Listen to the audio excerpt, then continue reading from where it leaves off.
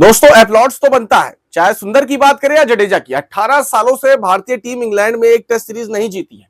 राहुल द्रविड़ की कप्तानी में 1-0 से इंग्लैंड में जाके वहां पे हराया था और उसके बाद से एक सपना है जो सपना ही रह गया। इस बार एक यंग ब्लड की टीम थी, सोच में था, दिमाग में था जीतेंगे, लॉर्ड्स टेस्ट हारे और वहां से सब कुछ बदल गया। मैनचेस्टर में इंग्लैंड शुरू से ही आगे थी, लेकिन रविंद्र जडेजा और वॉशिंगटन सुंदर ने हिस्ट्री क्रिएट कर दी दोस्तों। एक ऐसे छोर पे जहां पे भारतीय टीम पूरी तरह से लड़खड़ा चुकी थी।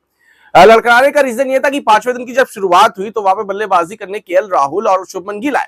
वहां पे ऐसा लग रहा था कि टीम इंडिया के पास पूरा दिन है, लेकिन ये दो खिलाड़ी अभी खड़े हैं और इसके बाद बहुत मुश्किल हो जाएगा कि पंत का भी कोई गारंटी नहीं था कि बल्लेबाजी करने आएंगे। 90 रनों पर केएल राहुल आउट हो जाते हैं और उसके बाद Shubman Gill the captain century मारकर आउट हो जाते हैं।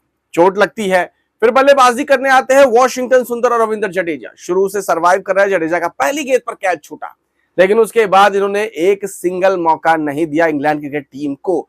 दिमाग में था ऋषभ पंत की बैटिंग को लेकर के, दिमाग में था आगे भी बहुत सारे खिलाड़ी नहीं बचे हैं, शार्दुल ठाकुर एक लास्ट ऑप्शन की तरह थे।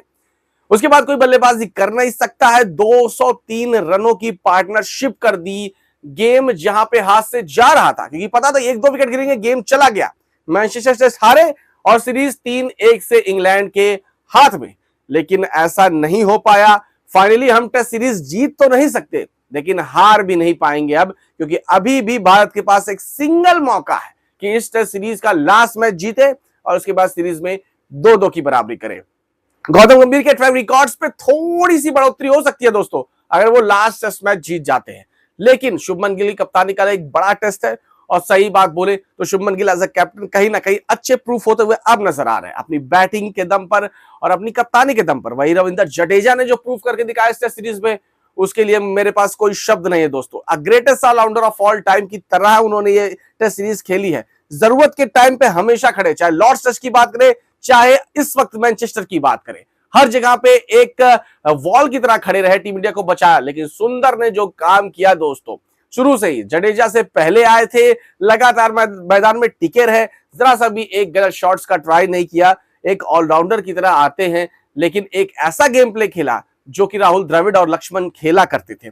तो ये एक बहुत बड़ी साझेदारी थी और इस साझेदारी ने इस टेस्ट सीरीज को बचाया है किसी तरीके से। अभी तो हाथ में है, अभी मौका है भारत के पास।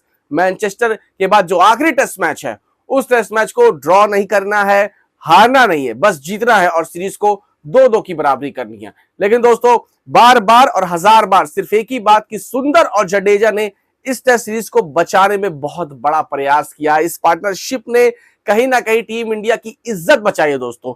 18 सालों से इंग्लैंड में एक टेस्ट सीरीज भारत नहीं जीती है, लेकिन हाँ इस बार भी नहीं जीत पाएगी, लेकिन कम से कम हारते हुए तो बचा ली। गंभीर की कोचिंग में जो सवाल उठ रहा था उसको बचा लिया, कहीं ना कहीं शुभमन गिल की कैप्टनसी पे जो सवाल उठ रहा था उसको भी सम्मान की तरह ले गए। कम से कम जीतेंगे नहीं तो कोई बात नहीं, लेकिन हारेंगे भी नहीं इस एक कोशिश के साथ, क्योंकि इंग्लैंड को हराना इतना आसान काम नहीं है दोस्तों। लेकिन उसके बाद भी टीम इंडिया की ग्रेट एफर्ट्स की तारीफ करनी जरूरी है।